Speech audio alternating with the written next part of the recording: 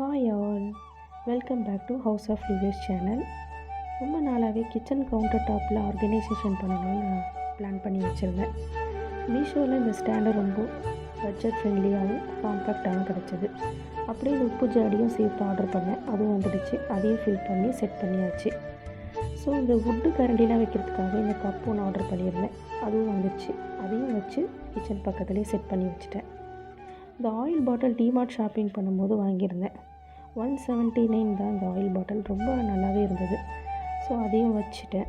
Set பண்ணி பார்க்கும்போது அழகாக இருந்தது. இந்த ஸ்பூன் ஸ்டாண்டும் மீஷோவில் தான் ஆர்டர் பண்ணி வாங்கிட்டேன். ஸோ தீபாவளிக்காக ஏதாவது ஸ்வீட் பண்ணலான்னு அதிரசம் செய்ய 1 கிலோ அரிசி எடுத்து அதை ஊற வச்சு அதை அரைக்க கொடுத்து அனுப்பிச்சிட்டேன். ஸோ 3/4 கிலோ பாகு எடுத்து அதை நல்லா இடிச்சிட்டு பாகு எடுக்க ஆரம்பிச்சிட்டேன். இதுதான் நான் ஃபஸ்ட் டைமாக பண்ணுறேன். ஸோ கொஞ்சம் பயமாக தான் இருந்தது.